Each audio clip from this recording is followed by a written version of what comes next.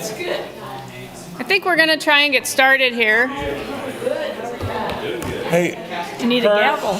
do I need to turn on the mic over here? Unmute it. Okay. Okay. Okay, anybody hearing a weird echo? Yes, we are. Yeah, me too. Kurt, is this one supposed to be on?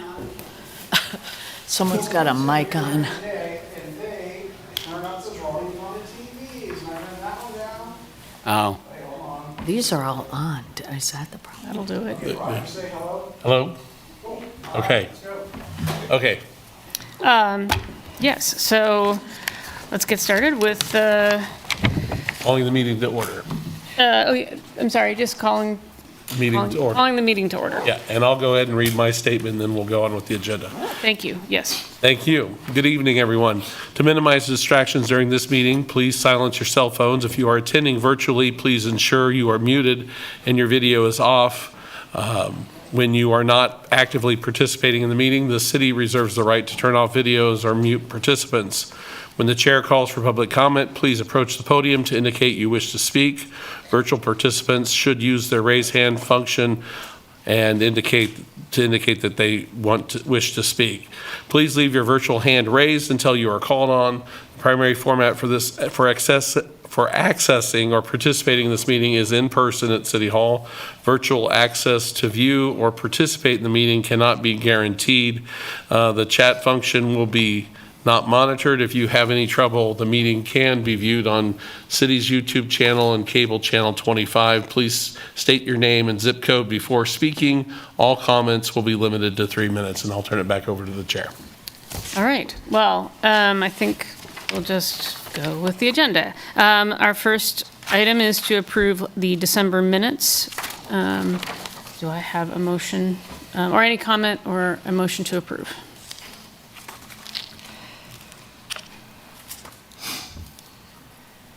This is Vicky. I move that we approve the meeting minutes from December. Thank you, Vicky. This is John Nalbandian, I second. Great. All right, and all in favor? I see Aye. unanimous. Aye. Great, so approved. Our next item is any public comment?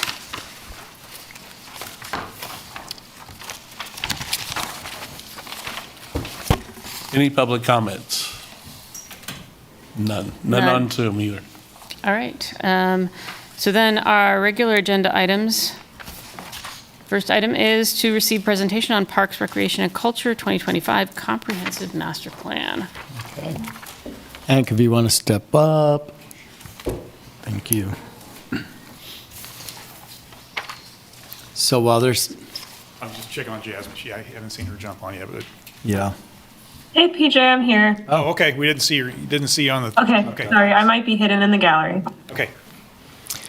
So I'm going to turn this over at the beginning here just to our consultants. Confluence is present. We have Leon Younger from Pros Consulting and Jasmine Metcalf from Designing Local. They'll be presenting. But I'll turn it over. We have a first slide, and I'll kind of make the introduction during the presentation, and then they'll continue it from there. Ready? Okay. Sorry, I'm messing up because we're trying to figure out how to share this. Oh,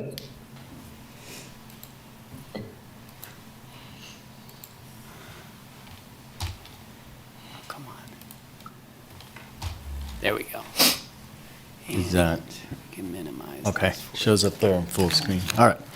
All right, well, good evening, everybody. Thank you for being here, and thank you to steering committee members and members of the Cultural Arts Commission for being present. I know it's not your regularly scheduled day, so thank you for taking time. Tonight, we're here presenting the 2025, I guess you can go to the first slide, because it pretty much covers this. But we're here to to update you on the 2025 Parks and Recreation Master Plan, which was developed by our consultants, Confluence, Pros Consulting, and Designing Local. What I wanted to do with this first one is kind of give an overview of what the purpose of this was back almost 2 years ago when this process was started. We did have an existing 2017 master plan, which really needed updating. For 8 years at this point, doing the calculations and keeping good track of what we've completed. We're about 50% of those recommendations, of which there were, I want to say, 109 recommendations. We've completed about 55. Others are ongoing. So about 50% is completed, and some are made it onto the Capital Improvement Program, CIP. Many of them unfunded because we have to prioritize. So we are moving through that, but it was time to update that. 6, 7, 8 years have passed since then. So that was certainly one of the goals. The other goal is, as you all know, we recently combined our department, I guess starting in 2022, and made it official with a name change last month. Thank you all for your support and recommendation. And it was figuring out how our department integrates with that function and enhancing the cultural offerings and how we support culture and within the city of Lawrence. We also wanted to be able to prioritize investments and not just money, but staff resources and other resources that it takes to carry on these. And this will help us do that by providing us a list of improvements to be made. Some short-term, long-term, high-cost, low-cost that we can use as a framework of how to best invest strategically. And then, of course, the desire at the time was to include the public, the steering committee included, as well as through public forums, in order to get input, gain insight as to what the priorities were for the residents of Lawrence, and by extension, in many cases, visitors to Lawrence as well. So with that being said, let me read a few more things here. So again, this plan, it focuses on maintaining and improving existing facilities, which are parks, trails, playgrounds, recreation centers, while expanding access to arts and cultural opportunities.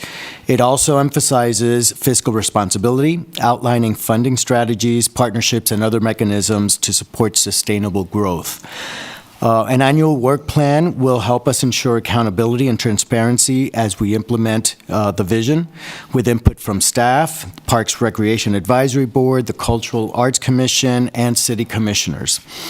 So tonight, what we're asking for you is to support and recommending. We're asking for your support in recommending to the City Commission that they accept the plan.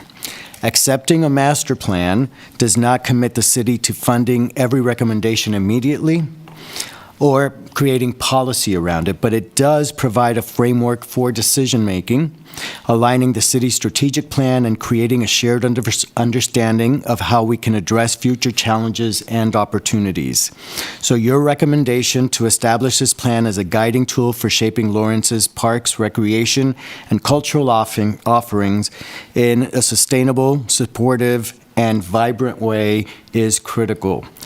So we appreciate your input and your involvement to everyone who contributed in this process.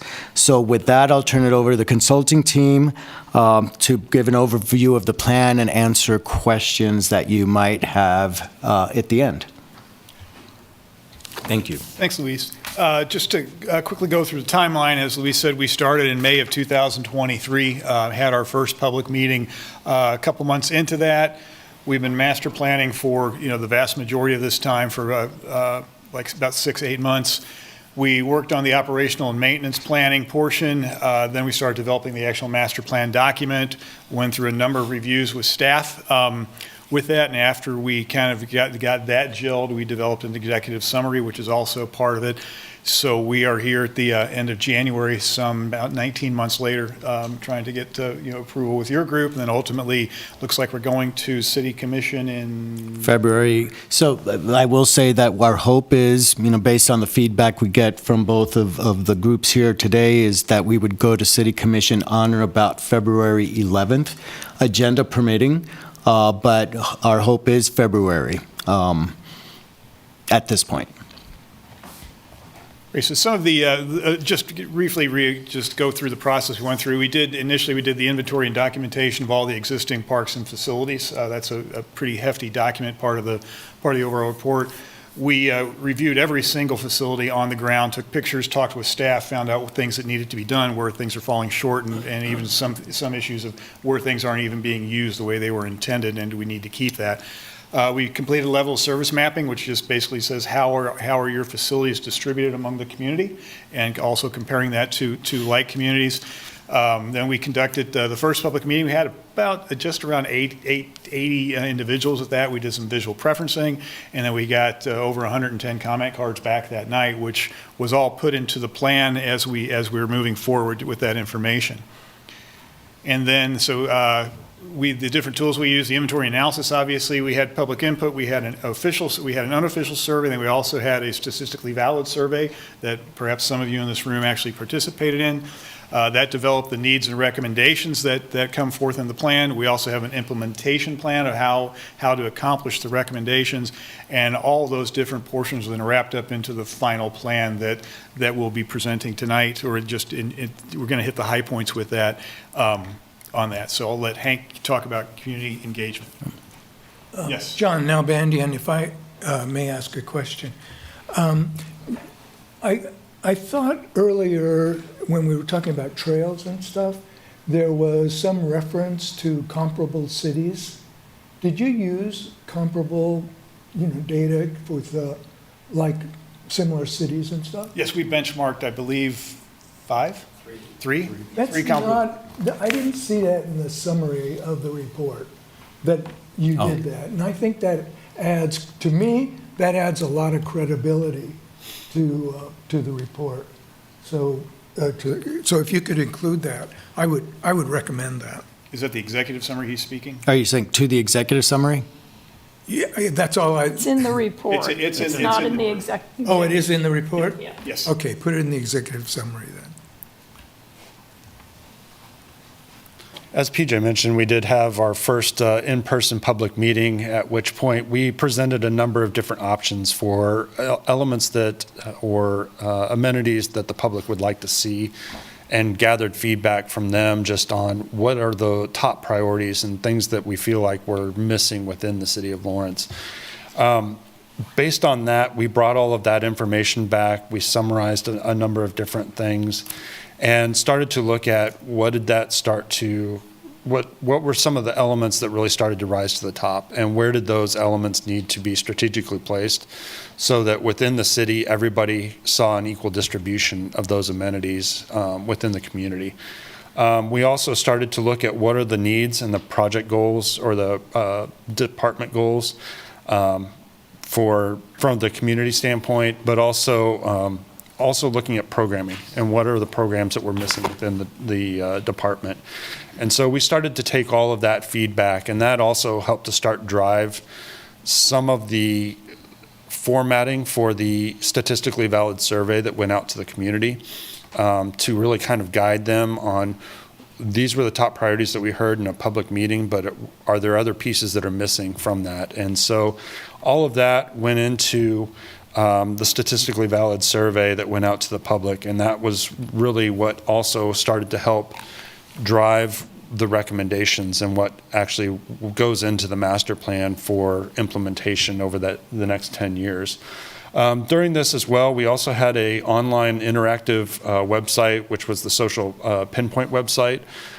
This incorporated all of the different presentations that were made to the public, all of the council presentations, but it also had all of the same just activities that were used during the public meetings as well, so that people that couldn't necessarily make it to the public meetings could also participate within these this session as well. That social pinpoint website had over 2,249 views. We had 1,414 visits, with 953 visitors actually providing some feedback. And then you look at it, there were 342 contributions provided by 179 of those people that participated in that survey. One of the things on the interactive website that we also included was mapping activities, which allowed people to drop a pin on the map and provide feedback. And you can see here the markers. The green bicycle was talking about just connectivity within the community.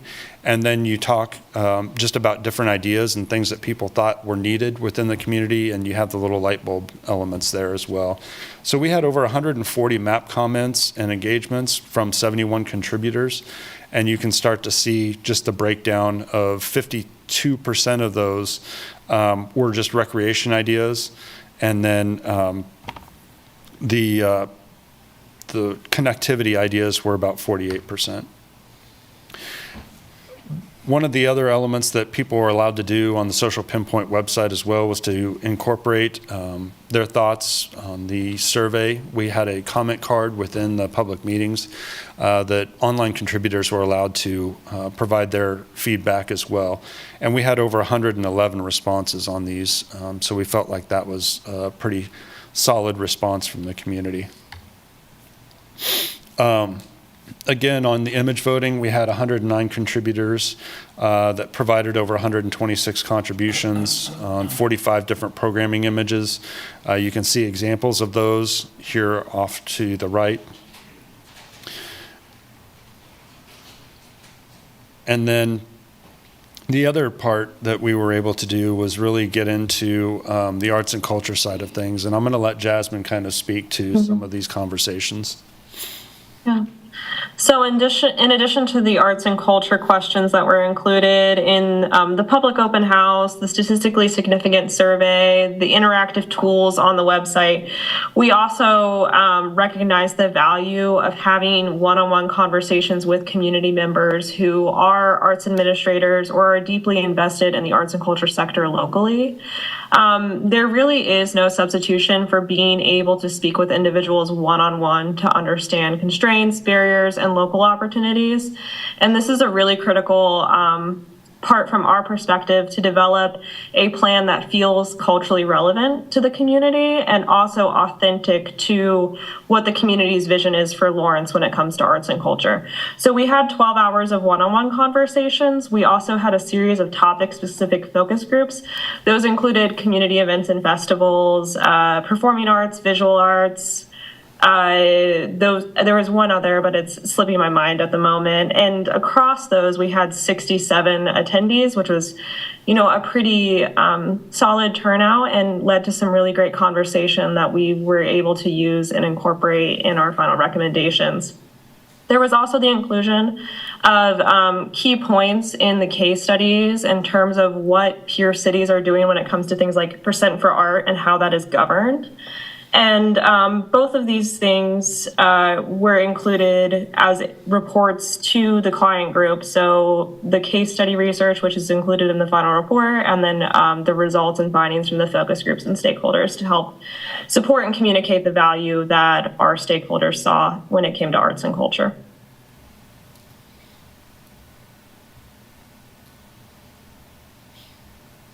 So one other item that we mentioned was the statistically valid survey, and this was a random sampling of the community. This survey was built up over a 6-page survey. It was mailed, but also provided online. People could also call in and have it translated if necessary, so everybody was able to equally respond on this.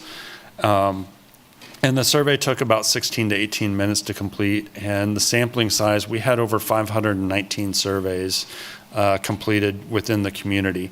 So that gave us a margin of error of plus or minus 4.3% at the 95% confidence level. So we felt like the responses that we got were very strong and statistically valid, and provided us all the feedback that we needed to really take into account what the community wants and make sure that our recommendations were grounded in all of these findings.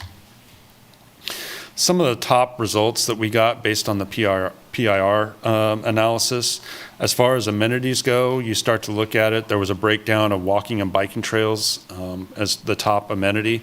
And when you start to look at it, this is not uncommon for any Parks and Rec system. This is pretty consistent across the board.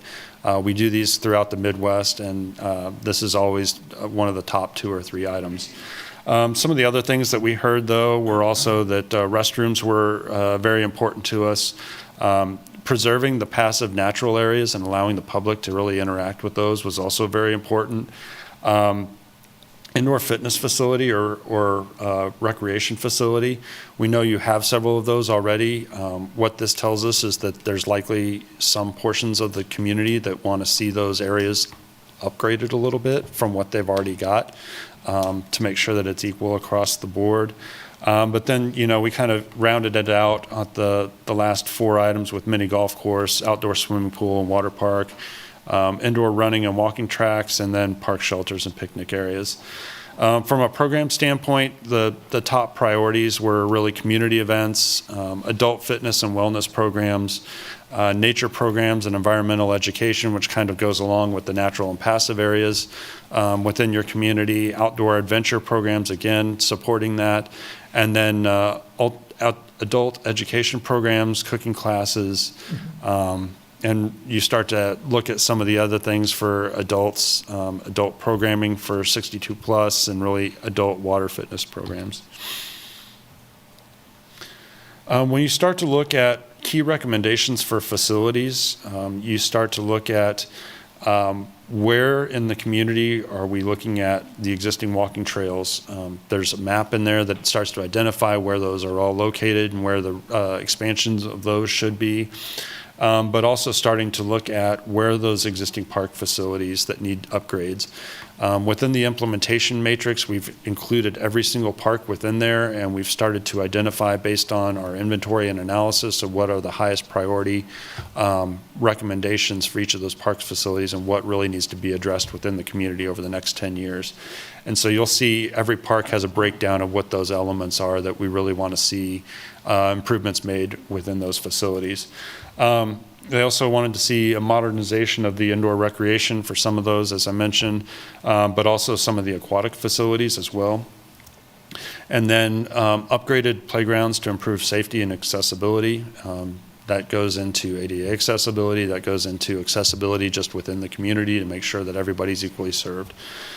We also want to look at preservation of and expansion of passive natural areas, and then really to continue to identify expansion opportunities as growth occurs. You can start to see the map to the right here. This starts to break down neighborhood, community, and regional parks facilities. And you start to see the areas that are well served are the brighter yellow. And as you get into the less served areas, you start to see the red. And some of those areas over time, we may see some expansion and growth into those. And with residential, you may not necessarily need it for industrial or commercial districts and some of that. But as we start to see some of the residential fill in those spots, those are the areas we're really going to want to see additional parkland added to really serve the community. Leon? Thank you. Part of the work that PROS was involved with was evaluating programs. We looked at the level of service that the city provides in relationship to service parks, facilities, programs, as well as amenities. But one of the things that this also included was a financial assessment. And the park system in Lawrence is enormously giving to everybody outside of the city in relationship to non-residents. And they serve a much bigger audience than 95,000 people in terms of providing services to them. And not all of those folks are contributing in relationship to helping the department operate in its operational budget. And so part of what this recommendations on financial really are addressing the challenges the department has with financing and keeping up with the expectations of not only the residents of Lawrence, but also users outside of Lawrence. And so these recommendations really are tied to helping to support their capital side as well as their operational side. So the first item here is to create a Parks Recreation Arts pricing policy. And pricing policies are really a way of classifying services of what is core, essential, important, and value added. These are 3 different types of services, and these also include resident and non-resident pricing. And then looking at, on a regional comparison, how fair the system is. And we really recommend that the pricing policy be evaluated and updated to include a much stronger approach to fairness across the system. Second is to develop a dedicated business development position. Park systems the size of Lawrence, with the amount of amenities that the park system has and the land that they operate and manage, have business development positions. These positions help to bring earned income outside dollars to the department in the forms of sponsorships and partnerships to help support keeping up with the capital side of the operations, as well as the ability to actually fund elements of day-to-day operations. And we really see this as an opportunity for the department to move forward on. Next slide. Also to consider looking at a transient guest tax expansion to include a portion of that tax for the park system. Park systems across this country that have as many amenities that are sports related and tournament related bring in a lot of money to a city in the form of sporting events and special events. The park system does not have access to the transient guest tax, which is unusual because most park systems do get a percentage of that. And the recommendation here is to track the amount of users that do come and play in the system today in all the events that are held by the department, to demonstrate the value and worth to elected officials as well as the Visitors Bureau of the contribution that the park system is making to economic development of the city, and to consider them to be a part of the guest tax. The next one is to look at it, consider establishing a bid district for downtown events.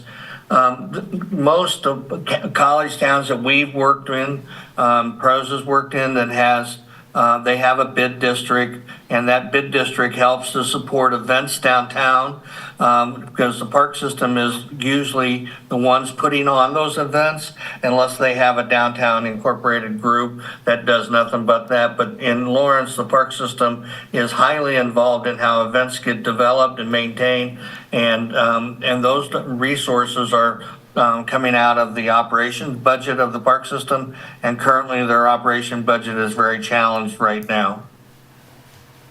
Next.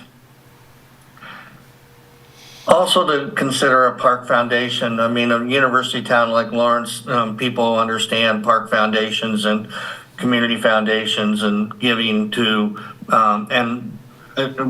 most agencies with 100,000 people have a park foundation that helps to support dollars for programs and services, support capital improvements, as well as to support other types of amenities, including land acquisition opportunities.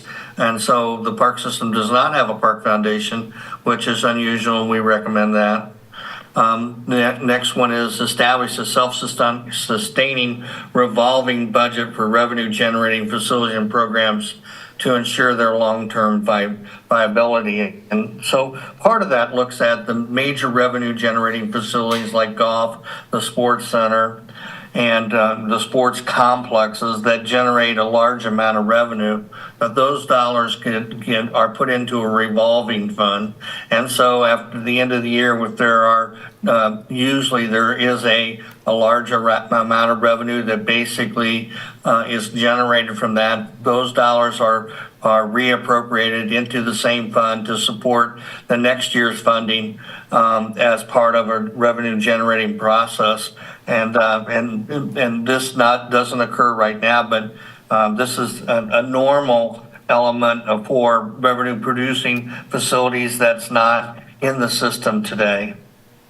And then consider an impact fee for parks with new development when it's created in the city. And impact fees are, again, park systems, I don't care the size they are, all usually are involved in some level of impact fee, and the impact fee is for capital dollars associated and come out of home improvements, and helps to generate capital dollars for not only land acquisition but also servicing those improvements. So currently there are impact fees that go for roads, for sewer, for electricity, that are built into homeowner. When a new development comes online, it's a one-time fee, but the park system is not part of that development impact fee.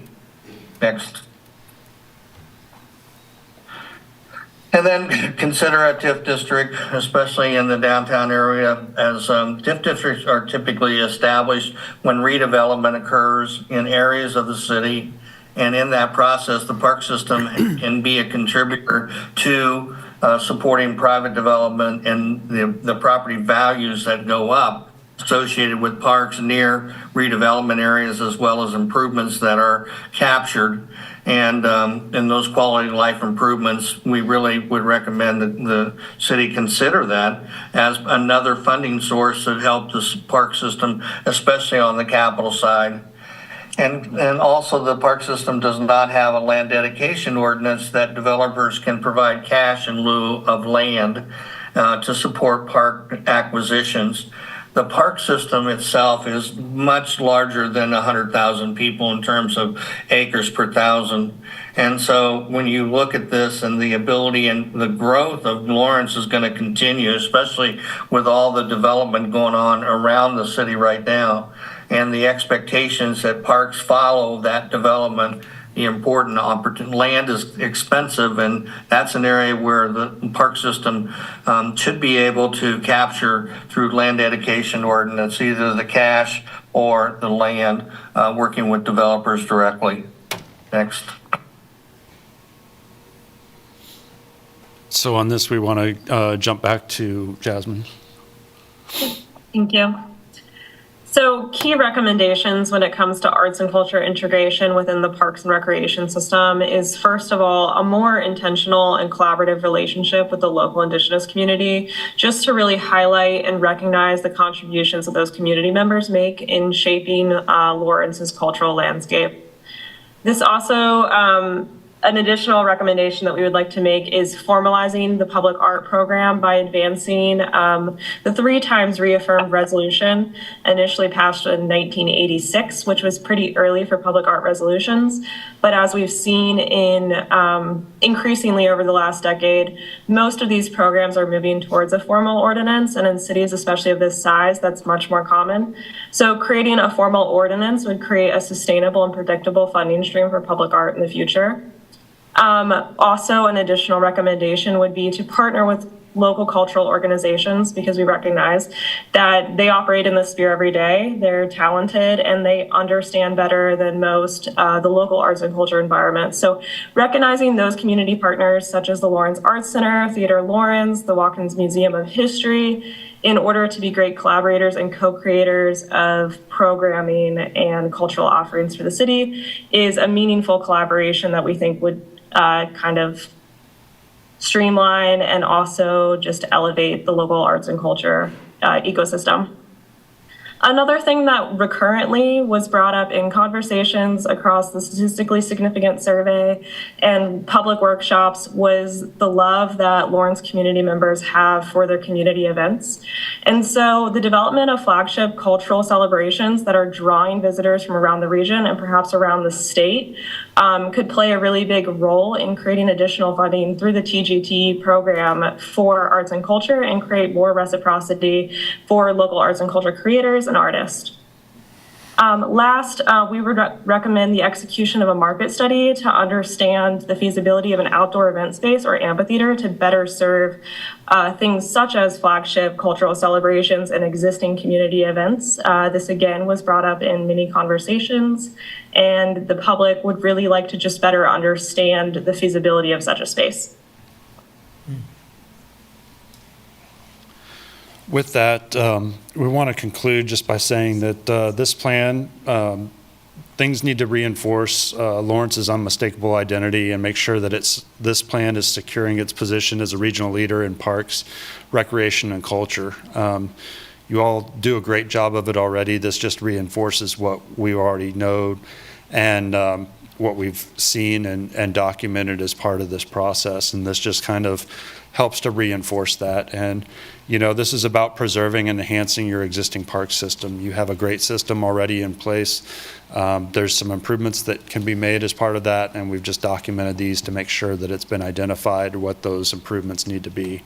And really, this just starts to expand access to arts and culture, and it helps to foster economic growth and community well-being as part of that process, and making sure that we are ensuring that there's a financial stability and equity that's identified as part of this process. So with that, I'd like to open it up to any questions or comments. This is John Nalbandian again. Anything in this whole process that surprised you about Lawrence? Anything unusual? I'll open it up to Leon and Jasmine as well, but from our standpoint, I think your community is much better served than I think a lot of people realize from the standpoint of overall parks and trails within the community. There's always room for expansion, and obviously with some of the maps that we have shown on there, there's plenty of additional trails to be added still based on different planning efforts that have gone on to date. And there's still some areas that need to be better served within the community, but the foundation of what's here existing today is very strong. It's just a matter of building on that from our standpoint on facilities. Is that explicitly conveyed in the report? Yes, I believe it is. Okay. I think, John, from my perspective, you have an incredible amount of resources and facilities that the park system is responsible for and has not really looked at dedicated funding beyond the sales tax and operating dollars out of the general fund. And I think the system now is at a point to keep up with what you've already built and the expectation of the growth of all the new communities that are being created and neighborhoods. Especially as it applies to trails, as an example, needs different funding sources that can be dedicated and the park system can count on. And I think that is a key to the future of keeping this system as relevant as it is, but even better.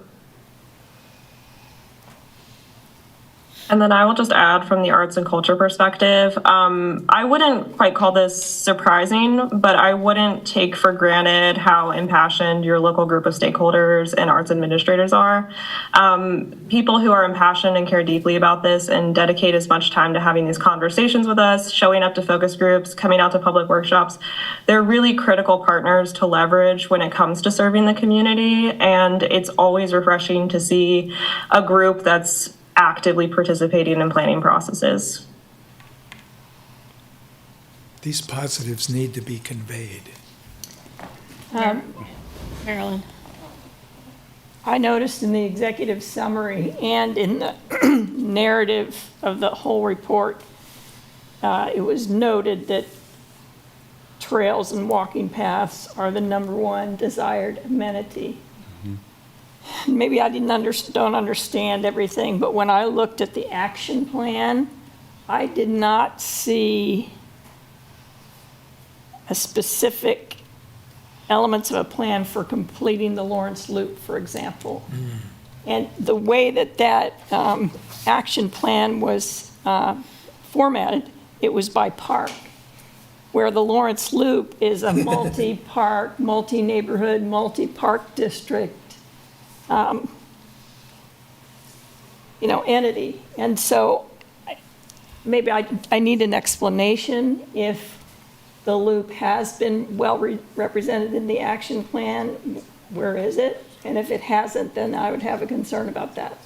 We've written it in as far as identifying it within the inventory process and looking at the trails portion of it, but we probably do need to reinforce that with an implementation item within the matrix, and we can add that before it goes to council. And I, especially because several city councils over the last, I'd say 5 to 7 years, have affirmed that the completion of the Lawrence Loop is a high priority. So I think that needs to be beefed up. Okay, we can definitely add an action item as part of that to reinforce that. So let me comment on it a little bit. I just looked at that because I thought you might ask that. So in the whole category of all the parks, there is actually one that says Lawrence Loop and identifies all the missing pieces. So it's actually in the action plan identified as the Lawrence Loop. So Okay. it doesn't have other trails besides, there's 4 missing pieces in the Lawrence Loop. So those are all identified as action items, just like a park amenity. Okay, thank you. I missed that. I did note that in the northwest section, in the parks over there, you mentioned there was a possible Lawrence Loop. There was nothing mentioned in the downtown section. Yeah, that one is identified in the Lawrence Loop as the gap between Okay. 7th and Constant Park. Great. So I just that's missed it. that whole thing we worked on with that grant. Awesome. So Thanks, it'll Bob. come back in the North Lawrence Corridor study, which is being considered right now. Great.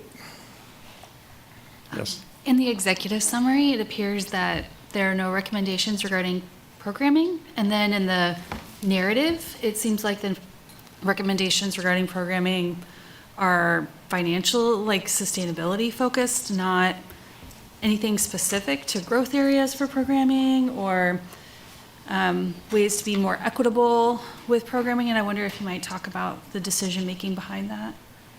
Yeah, Leon, you want to take this one?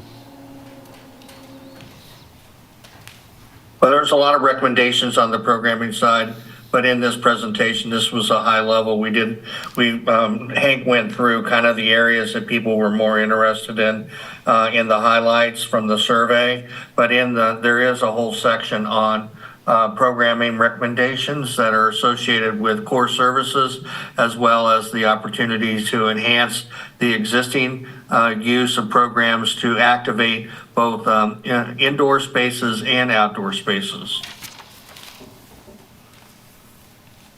We just didn't present it in this. We could add a section in this presentation that's much more focused on programming. I do feel like in the executive summary, acknowledging programming as a core part of the Parks, Rec, and Culture is important. Okay. I have a question about the finance side of things, and I understand this is complicated and obviously really critical to being able to maintain these services, but as far as the goal of achieving funding, especially funding from guests from non-Lawrence residents, but just in general as well, is there, and I apologize, I did not read the master plan, so it might be highlighted there, but I'm concerned about making sure that, especially for Lawrence residents, not creating new barriers especially for services that are currently, there's so many things that are core to what we provide, parks that are open to anyone, events that have no gates or entry fees, downtown events of all kinds. How, and especially when we talk about tax increment financing and other things that might in fact be regressive in the way they are levied on those who can least afford to pay. Is there any discussion in the master plan to address those concerns? Yeah, Leon, you want to touch on that a little bit?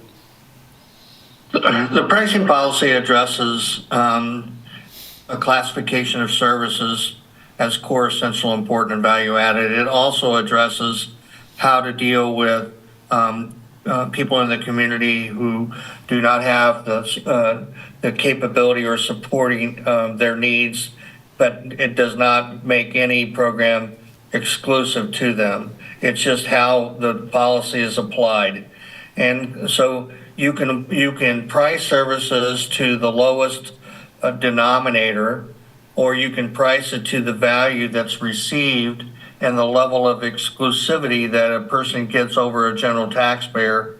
And the importance of is understanding what the true cost is and who benefits by it. Does the taxpayer benefit, or does an individual benefit? So as an example, if I want to rent a shelter at a park for my daughter's wedding, should the taxpayers pay for that shelter for my daughter's wedding? Or exclusive use of a sports facility where a group generates enormous amount of revenue off of a public facility and pays zero amount of dollars or a small amount of dollars to rent it for exclusive use. The challenge in doing good pricing is to recognize what your community values and build the pricing policy around what they value, with not excluding anybody, but taking advantage of when it's appropriate to price services to the people who basically benefit the most, and most of the time it's individuals. And so consequently, people make money off of your facilities. You'd be surprised how much that happens. And then secondly is the ability to price services correctly. Having a policy addresses that, and this is one of the recommendations that I really feel needs to be addressed across the system. It's not something that's not a one-shot type of policy. It's a policy that looks at direct and indirect costs, how you classify it, who benefits, where is it provided, and how can you not eliminate anybody's use, but those who benefit the most and who gain from the system have the ability to pay it back. And right now you do not have a non-resident rate. So everybody who lives outside of your city pays the same rate as a resident.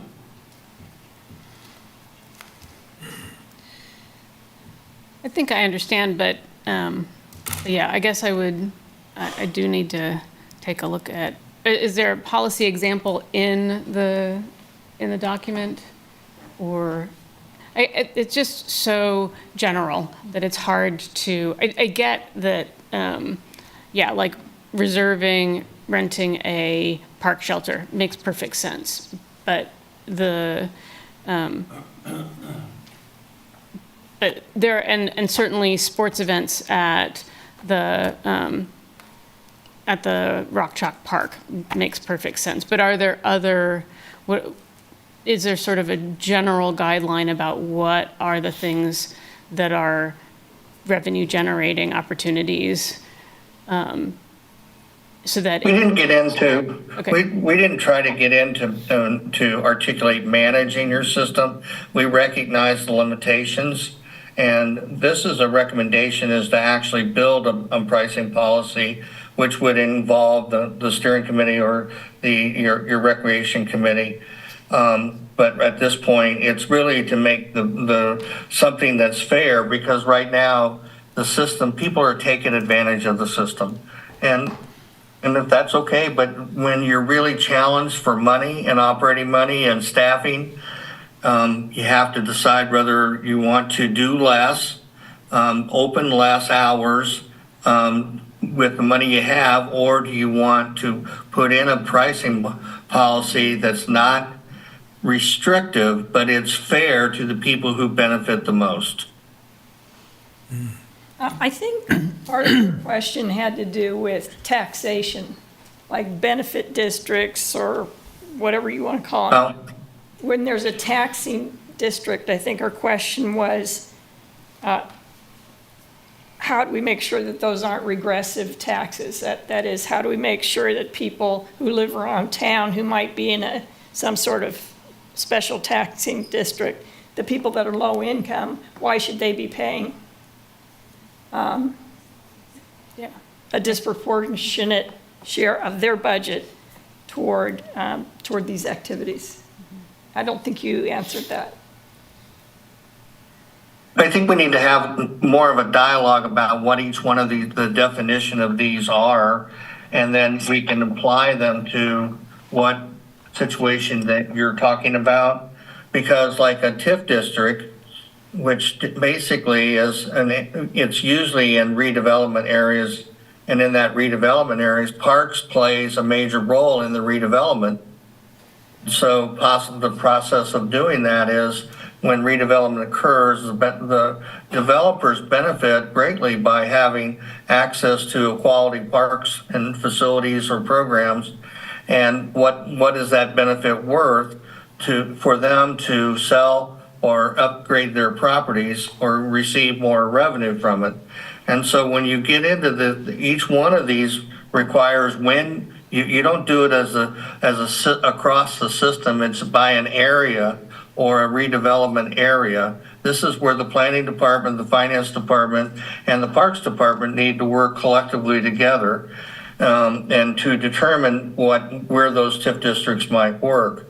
You know, school districts take advantage of all of the TIF districts, as well as the impact fees that are associated with development, and certainly park systems usually are right beside school districts in terms of them that they benefit as well. But it's just, you know, it's a philosophical approach. It's something that that if the school districts and other public agencies are using that as a source of revenue, and the park system is left out but expected to provide those amenities and facilities and programs, then and they're maxed out in terms of capability, or they decide not to do anything because they don't have the money. The alternatives are, do you want to explore that as an option? Right. And if I may add, I think the way I interpret that the recommendations will be, considered is through public dialogue. And remember that nothing in this will happen, unless there's policy around it. So even if we were to propose it as a department, having done due diligence and research and public engagement around it, and making sure that we're moving through it methodically, the ultimate say is going to be the city commission, right? And they are the policymakers. If they're saying this is good policy, we believe this is going to be effective in order to, continue to grow our park system, then they're the ones making the decision. If they're saying there's no tolerance for that here, we don't want to do that, we feel there's going to be, going to cause inequity, then that could be would be the case as well. So even though I think what the approach certainly from Leon and these are the things that other park systems are using in order to bolster and support and make their system sustainable. But that doesn't mean there's appetite in Lawrence for any or all of these, right? So that'll be the opportunity for us to dialogue, determine, okay, what if we were going to propose anything, what collectively can we do? What is there support for? Work a program around that, take it up to the policymakers, and ultimately they decide. So that's how I see the tool being used, the recommendations, because there's a lot of things that we're not going to be, even on the expenditure side, be able to afford, right? So how do we, we're going to use this as a, as a tool for moving forward, but it's not if I said we're going to do 100% of it, I'd be, kidding everybody. So, And I would just add, money conversations are always difficult, and I felt like I wanted to make that point absolutely. for the conversation. Thank So you. I understand. Sure. And we are not a policy-making organization, so. No, but the question is fair, but I do think that that's the ultimate answer is, what is their appetite for? We can discuss, the public can discuss, and then the policymakers make the final decision. But your point is accepted, and it will be part of the process if we take any of these actions on. Wonderful, thank you. You're welcome. Oh, yes, and I also want to make sure that you are welcome to ask questions if you have any, please. I just noted that there's no reference to public health in this document.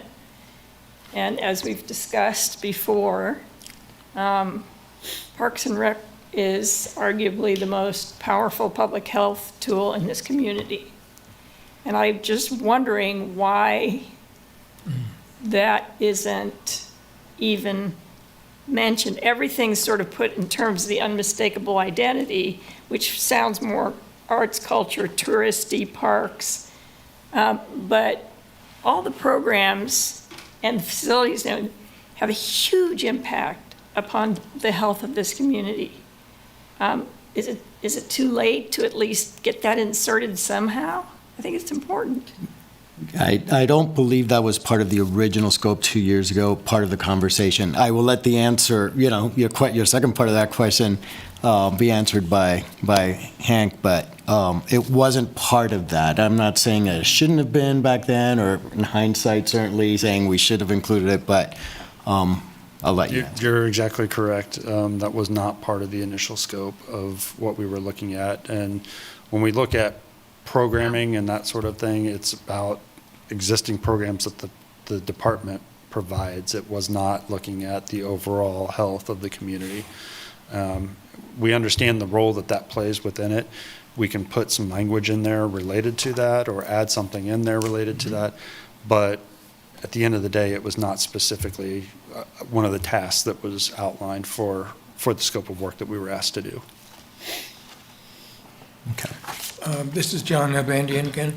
I think in connection to the health thing, that when Vicky's presentation is scheduled, that we ought to also invite the city council, or at least the mayor, to our meeting. I don't know about the protocol for that, but I will. Well, at that point. you wouldn't have to do it officially. Just tell me and I'll do it. That is officially. I mean, it's an open meeting, so we don't have to make it official. Okay, we can discuss that. How to go about that. I had a question. Back to the some finance points. I was curious from the consultants in comparing the markets that they compared. You've given us a lot of ideas for dedicated funding streams. And are there some best practices? Like, how much would a dedicated funding stream provide? Or is it a good idea to have a certain % of the Parks and Rec budget raised through these different streams? And the second part of my question is, once you have that dedicated funding stream, have you seen experience where a council or commission then reduces general funds to a budget? So the budget stays the same, and the dedicated funding is making up, instead of growth, are we having ourselves just stay the same? We're just raising money differently. Very good questions. Certainly the city can, if they collected and had different funding sources, and then they took away the tax dollars that they were investing, certainly the city could do that, but then what happens is there's no energy or reason to basically put in because it takes effort to generate revenue. It just doesn't fall in your lap. It takes a lot of effort. And I think the intent is that would be, all you're doing is you're just saying that this is all we want this park system to be. We want the park system to be managed within this context and not allow it to expand based on what the public wants it to do. And if you're limited by tax dollars, but you have other earned income dollars that could be created, then you are able to grow the system and you're keeping your tax base the same of what it is. And I think that the challenge of that is that ideally we're trying to do this to protect the assets you have. The baseline is, what's the asset value of the park system less land? And typically most agencies are putting in 5% a year of the value of the park system and reinvesting it on an annual basis. And what's happened is that you've got a lot of great facilities, but some of the facilities are getting tired and they need updated. And the intent is that to keep this system as what everybody expects it to be, which it's doing, but there are areas that are having difficulty keeping up with it. And so the part of this is it's a philosophical approach to maximize the revenues that the park system is capable of generating to help fund itself, but also meet the public's expectation and keeping up with life cycle maintenance. That's what this is all about.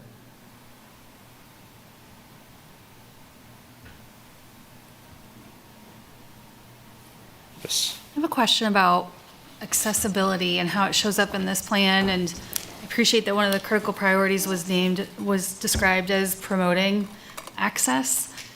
I did not see any reference to existing plans like our pedestrian plans, our transit plans, which I think are a big part of accessibility in our community, given the distribution of where places like the pavilion are, for example. And then, so that's one part, like, was there any effort to find ways to work in accompaniment with other entities in the city that have existing strategic plans that could help promote those goals? And then my second question, I think this was during the presentation, and in the narrative, there's an accessibility rating per park, and there were some that were kind of challenging. And I think in your presentation, you referred to ADA compliance, and I wonder if you might speak to that as an accessibility perspective and whether or not you see ADA compliance as the aspiration or the floor for accessibility. Because I think if we're really striving for equity, which we also want, I think we see it as a floor, not the ultimate aspiration. So I wonder if you might comment on both of those things. So accessibility to us was not only ADA accessibility, but it was also accessibility to the public. So that was providing connections to neighborhoods, to schools, to churches, to retail areas, and making sure that all of these parks are connected through trails and through sidewalks and other parts throughout the community. Now, we had some dialogue with other city departments that referenced other plans, and we've tried to incorporate that information into the plan as much as possible. And we tried to make sure that those were all noted.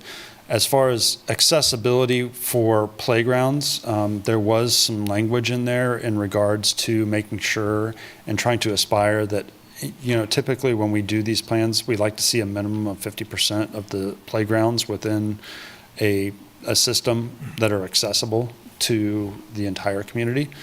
And so that is noted within there, but that 50% is just a minimum mark that we would like to see. We'd like to see it go even higher than that. That's just setting a minimum standard, although that's above what is required nationally from an accessibility standpoint.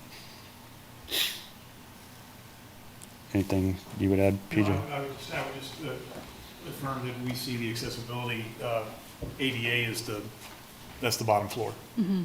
And when we design a playground, we just don't want to have a ramp location where a kiddo who uses braces or is in a wheelchair has to come up, experience, and go back down the same way. So and that's what ADA requires. But taking a broader look at that, saying they should be able to come in almost wherever they choose with that. And so really trying to shoot for greater than that. I think that's. Thank you. Yes. I had a question about public engagement, and if we have like an average age of respondents from the public engagement side.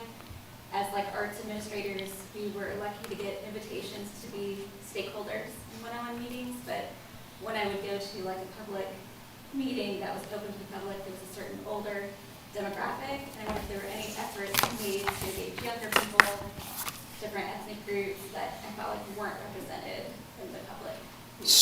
So from a public engagement standpoint, we used every avenue we could to get the word out through social media, through postcards, through a number of different opportunities to get that word out. And there were a number of younger kids that were at some of these public meetings and did provide some feedback. And we try to engage them as much as possible.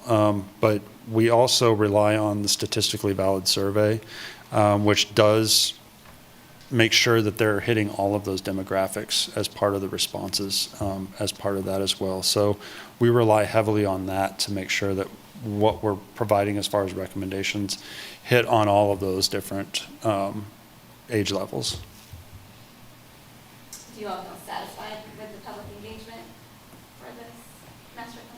Yes, I think we had, 3 public meetings? Yeah, I think especially the non-statistically valid, I mean, the website, just that was a really good turnout. And I think that's, when you have the public meetings, well, you probably saw, I think we saw a little older group there. Well, it's because, a lot of the younger folks have kids in school and they're worried about getting dinner, they're worried about getting homework, and this is the last thing they want to do that night. And we find that that's because we kept that survey open for like a month longer, I think, than we originally had it, because it was so much was coming in, and Parks and Rec went out and republished that it's out there and stuff. And so I think the amount of input we got back on that was just, I think really great. Just so everybody knows, we were very sensitive to this, and so there was the survey sent by ETC, which is a random survey by intention.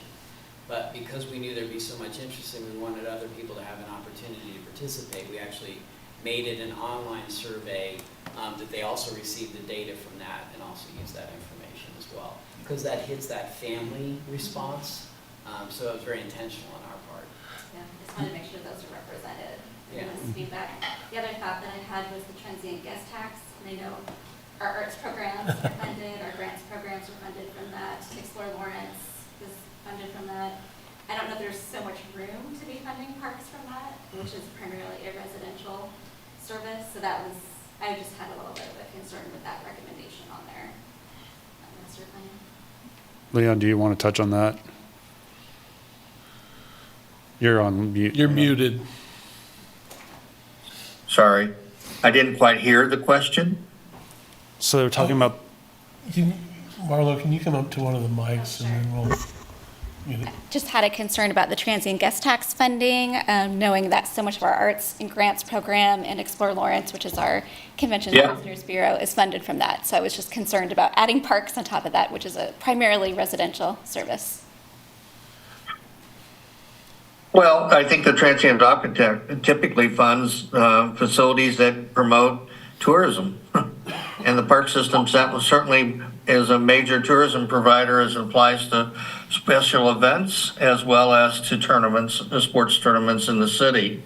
And what I find, at least in other communities, the councils and the Visitors Bureau recognize that, and then they provide some dollars. It's a percentage, but those dollars go back to help continue to support that, so that those events and those activities can continue, and it's not a drain on the park system's budget. Because at this point, as the budget gets less or more challenged, what the park systems typically do is they drop out of those things that basically, based on they end up closing less hours, offering less programs, not doing things on weekends. They end up doing less, even though people's expectations are higher.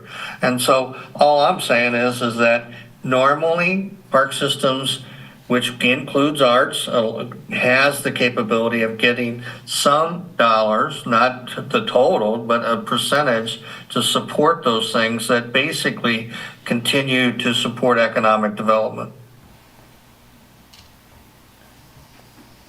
It's my understanding that Parks and Rec does get transient guest tax. Only for the downtown corridor. And special events. Okay. And that's new as of this year, isn't it? Yeah. So, and when I say downtown corridor, it's for tree lighting, for maintenance of that, and it's a portion of that. So it's not for the parks in general, because we, identified downtown Massachusetts as tourist attracting asset to the city. Okay. I do want to say, not that this is policy in any way, but we are at 6% TGT, and I believe the state allows up to 9%. Not stating that that's the avenue we should go down, but there is potentially some capacity if there's, a desire to study that and develop that idea and take it up to policymakers. So it doesn't have to be from the same pot. I don't know if there's any tolerance for it, but just, a little bit more of an asterisk.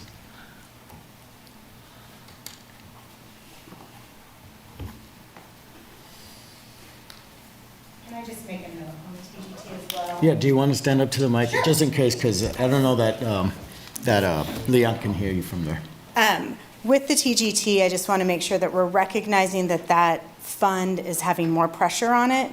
And as we're looking at a Star Bond hotel that would transfer about 126 rooms and not remit that tax to the city, that's going to become tighter. So I think that, yes, TGT supports tournaments. We do that through our incentives at Explore Lawrence anyway. But I just want to recognize that every tax is tight right now, and TGT isn't flush.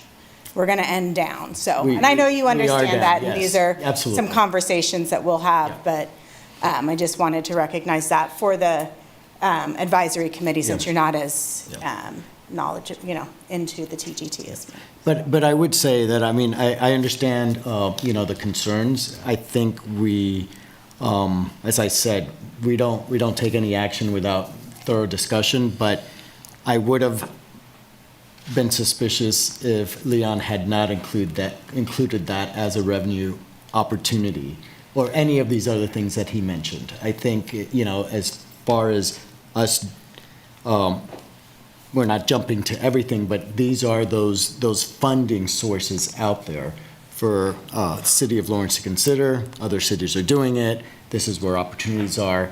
But it's not prescriptive in any way. It's more descriptive. Here are your opportunities. And I think by having this, we get to point at those things. We get to study them if we so choose to pursue those.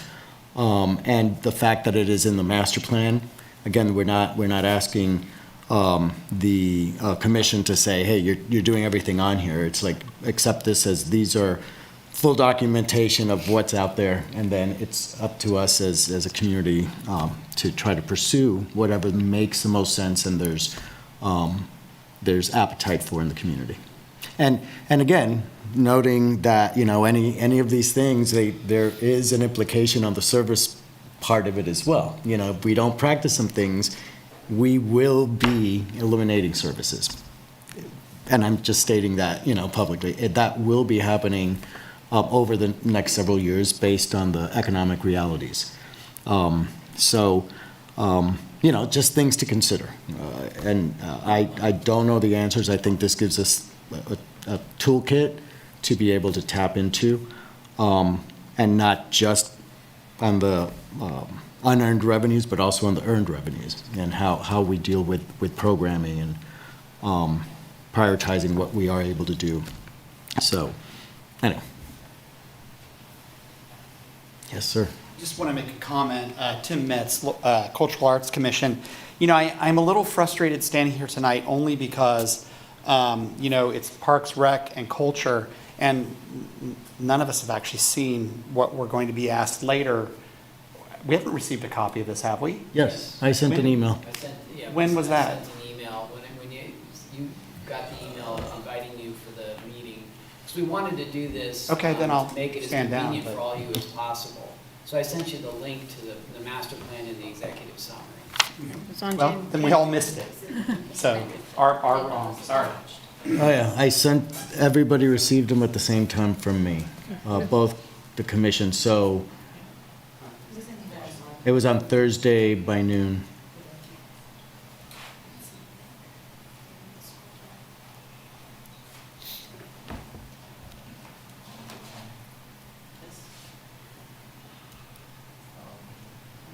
No, it's not on the agenda. Time to move on? January 8th. So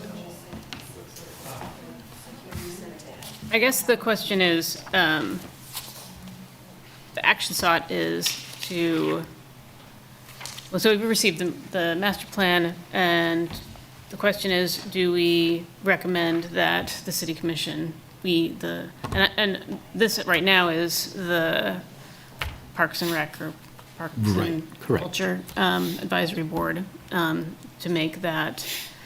If I can make a request, because obviously the Art Commission needs to review this before they may take a vote, which was going to be later tonight. Yeah. We've discussed on, during this, some revisions that you'd like to see, a few changes, a few additions.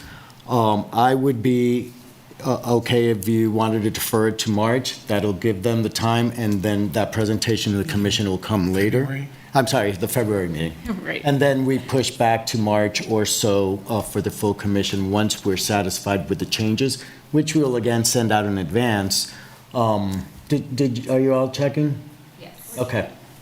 Okay. Yeah, I definitely feel like it is such a large document. I had trouble downloading it, which you warned me that, and I do want a chance to really take a look at it. So I definitely think that moving this to February would be ideal. Okay. And I feel that there's consensus on that with the nodding of the head. With this board. Yep. And I was kind of prepared for that to happen awesome. anyways, so it's not a problem. Yeah, and I very much appreciate the presentations and all of the time answering questions. We have had a lot of questions. Yeah, thank you. Thank you. All right. So I think we How do we do this? So, do you need me to? Can I the vote to deny it? or- defer You can- to February, is that? Well, we can No, just we have- add it to the agenda. I mean, I don't think there's any formal action that we need to take. We'll just Yeah. put it on the agenda. Yeah, let's, Since there Because we're is, just not voting, so it's neither. I'll just move it approved to or the not. next month. perfect. If you guys are going to make some changes, can you highlight those when you Yeah. resend it? Oh, I can ask them to, sure. Yeah. That'd be awesome. Yeah, great idea. Thank you. Yeah, otherwise you'd never find it. I have to read it all over again. You're right. Okay, shall we move on? Yeah, just so I feel Yeah. comfortable, if we can get a motion to defer Okay. to February with the revisions that we discussed, provided back to you in advance of our February meeting to take a vote then. I don't know who makes that motion, but if we can get those points in there. I would be more than happy to make Okay. that motion. Okay. But you're the chair. I move that we defer to February Okay. and review revisions Okay. ahead of time. Second, Ruth DeWitt. Yeah, thanks. I know, Ruth. Yeah. All in favor? Aye. All right. Okay. Thank you. Thank you. I never know if I can make motions or not. Okay. All right. I feel like there's some people waiting for us to move on to the next topic. So the representative from the Lawrcne Bike Plan Steering Committee. Right, and there was a request for that. I mean, Stephen is here. I Yeah. wasn't expecting him to be here, but he can talk to that volunteer that he's needing. Yes, I was hoping Okay? to hear about that. Yeah, certainly. I can speak briefly on the topic, and then mostly just here to answer any questions or concerns that might come up. I know that we had a few last week at the Connected City Advisory Board as well. So we are undertaking the Lawrcne Bike Plan update. We aim to do this about every 5 years. We use these smaller transportation plans to tie into our larger Metropolitan transportation plan that also gets updated on a regular schedule. Hoping to get started with steering committee meetings this month, which we're getting pretty tight on already.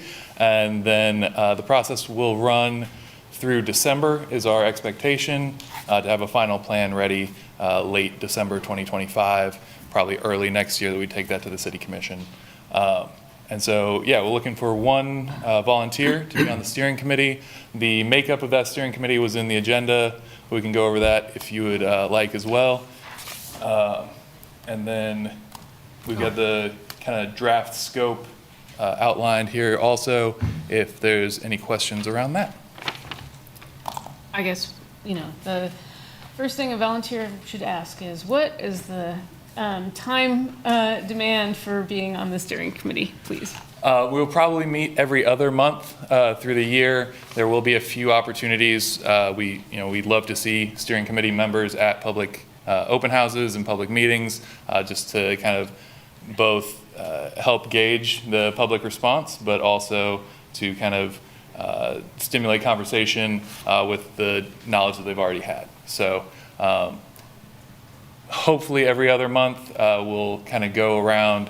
I'm sure we wouldn't need more than 6 meetings overall, but first meeting we'll set the scope, look at the community engagement plan, and go over some of our focus groups, other organizations that we want to be in contact with, see what additions might be needed.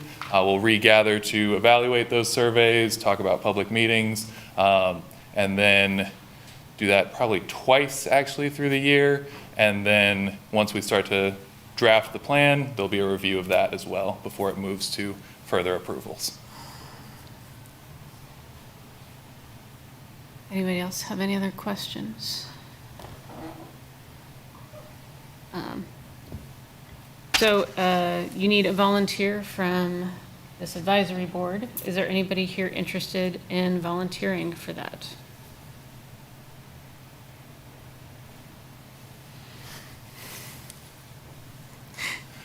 Well, I will. Oh, Go, John. Way to go. wonderful. I'm still cycling Okay. when I can. It's awesome. Cool. This is for future generations too, not just you. No, and it's a topic that's very near and dear to my heart, and I am very stretched right at the moment. So I would be leaping at this opportunity if I could. So I'm very hopeful that somebody would step up and tell me what all is going on with the steering committee. So, We will still keep you informed. I appreciate that very much, Stephen. Okay. So, Right. yeah. Excellent. Do we have, does that need to be a formal motion? No, Okay. no. Yeah. Just John, we will reach out later this week. Okay, thank you. With some scheduling emails and other contacts. All right. Look forward to it. Glad to help. Thank you so Thank you, much. Stephen. Cool. Thank you. Yeah, thanks, John. Yeah, thank you. All right.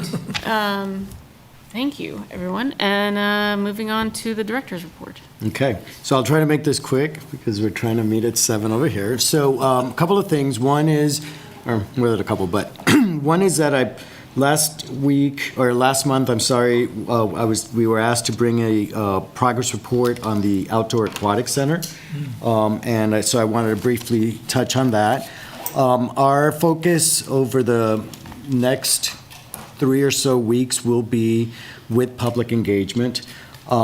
We are working with our communications office and public engagement office to create 2 drop-in scenarios, one at a public school and one in the Indoor Aquatic Center at a time where we expect a good turnout of mothers and children, with a very limited scope for this first meeting. As you all may know, what the commission approved was for the Outdoor Aquatic Center to keep the 50-meter pool and to attempt to separate the zero or low, the shallow pool area from that so that we have two pools. So there's only a few places and a few ways in which that can happen.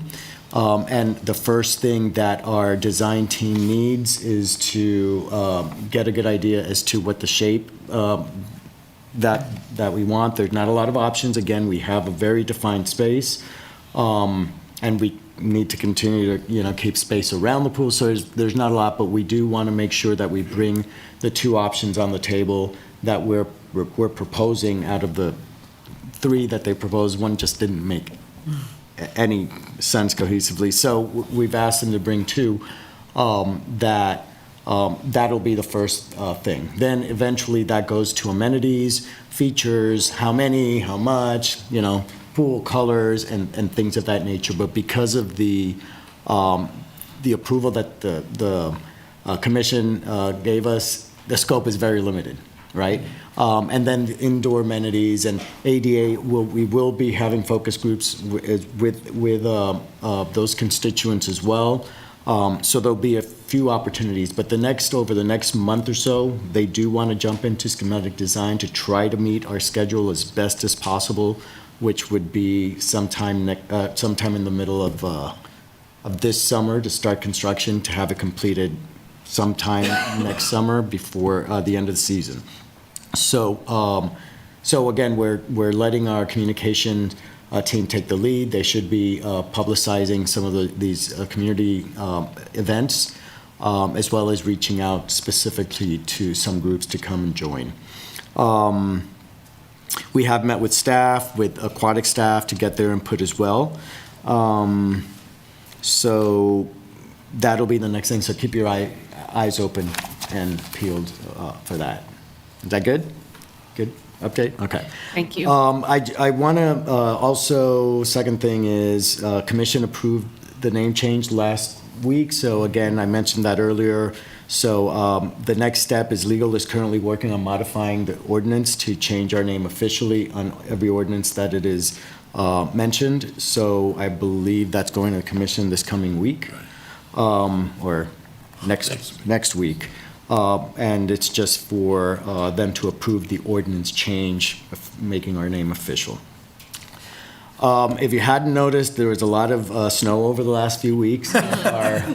Our Parks Recreation team really deserve recognition for the amount of work that they do, not just after the snow, but while it's still snowing and while it's still accumulating. So I just want to make sure that, that we all know it's not us necessarily doing it all. It's along with MSO. We help them in ways that we can, but they work hard, and not being from a winter, this is my first winter area, I am impressed that they go out. I was watching it from my window, and they're out there. Luis, I want to say something about how important that rain out line is. Oh. I mean, I look at it. Okay, good. So, yeah, we meet on that and make decisions, make sure they're on there. I want you to know it's useful. Yes, good. All right, good. The best way we could reach people Yeah. is you can sign up for text, email, and then also look at the website. So Every program, I get dinged. Oh, yeah. Pretty cool. Good. All right, I just want to also mention, we are, as I've mentioned several times over a few meetings, the city is really undergoing some budget constraints. So over the last 3 or 4 months, maybe a little less than that, we have lost 3 positions within our department. 2 have been in the recreation division and 1 in the parks maintenance division. And they're not automatically getting refilled. So all requests are going through the city manager for consideration, and we're still waiting on those. So right now we are tight, especially on the programming side. Just want to make sure that everybody knew some of the realities of what we're facing right now. The budget process and community engagement around the budget process is about to take off. So I encourage you to keep informed about any updates that might go out to the public about Balancing Act, which is the tool that the city's adopted in order to try to close the gap on our revenues and expenditures. I think I've mentioned, but we are for 2026 expecting about a $6.7 million deficit in our budget. So this tool allows participants, residents to go in and make adjustments by the program level. So we have 12 programs sitting in there that each have service level reductions or service level increases. Each of those either reduces part of our budget or increases it, but you're able to do that across all the departments within the city. And as you move these things, you will be able to see what the net effect is. It's important to note that if you do this, each of these programs has a blue information icon. You have to click on that in order to see what your click down one level or click up two levels means. It's not there unless you hit that. And that's what gives you kind of clarity as to what you're reducing or what you're enhancing. And not just for us, but also for every other department. That's where the descriptor is, and it's not that clear. So I want to make sure I say it publicly for anybody who might be tuning in. And so, yeah, that should be coming out. Now, it's important to note that they're going to ask the commission to do this as well, so that they're giving us input early on what their desires are as far as the budget as we're developing this. And then there's there's a community group that's been convened in order to go through the same exercise and be sort of consulting group as a community, and also an employee group doing the same thing. So I don't know that they'll all have equal weight or anything, but we just want to make sure that it's a public process and that we're including others than just the executive team and department heads in making these decisions. And then the last, I think that's it. That's it. No. 6:59. Yeah. Any questions that I can answer? Okay. All right. And then the board, does the board have anything? That's where we're Do at. we have anything? No, sorry. No. I don't believe that there's anything else. Okay. Okay, then the future item, if we maybe move that to March, because February you'll probably be discussing the plan. Is that what I'm? Well, I think we can do both. If you can do it around 20 minutes, I think, that we shouldn't have too much to discuss at the next one for the master plan. They won't be presenting again. We won't ask them to come back as long as we see the revisions. Is that okay? February date? Okay. Well, that'd be great. Okay, I think we can tackle both those things. Yeah. Just want to make sure you had time to prepare. So. Yeah. Okay.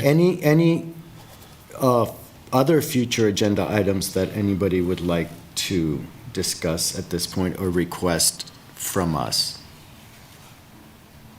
Any updates aside from the general director's updates, you don't have to do this, but Well, if and of course this would be the time. Yeah, we can, and if you think of something, like, I can't think of anything right now. Yep. Right, just email me and we'll get it put together. Yeah. So again, we'll continue to meet in advance of the meetings, talk about agenda items and prioritizing future agenda items. I do see that we'll bring, once the conclusion of the master plan is done, we will meet with staff to create the annual work plans and again, bring them to you for input.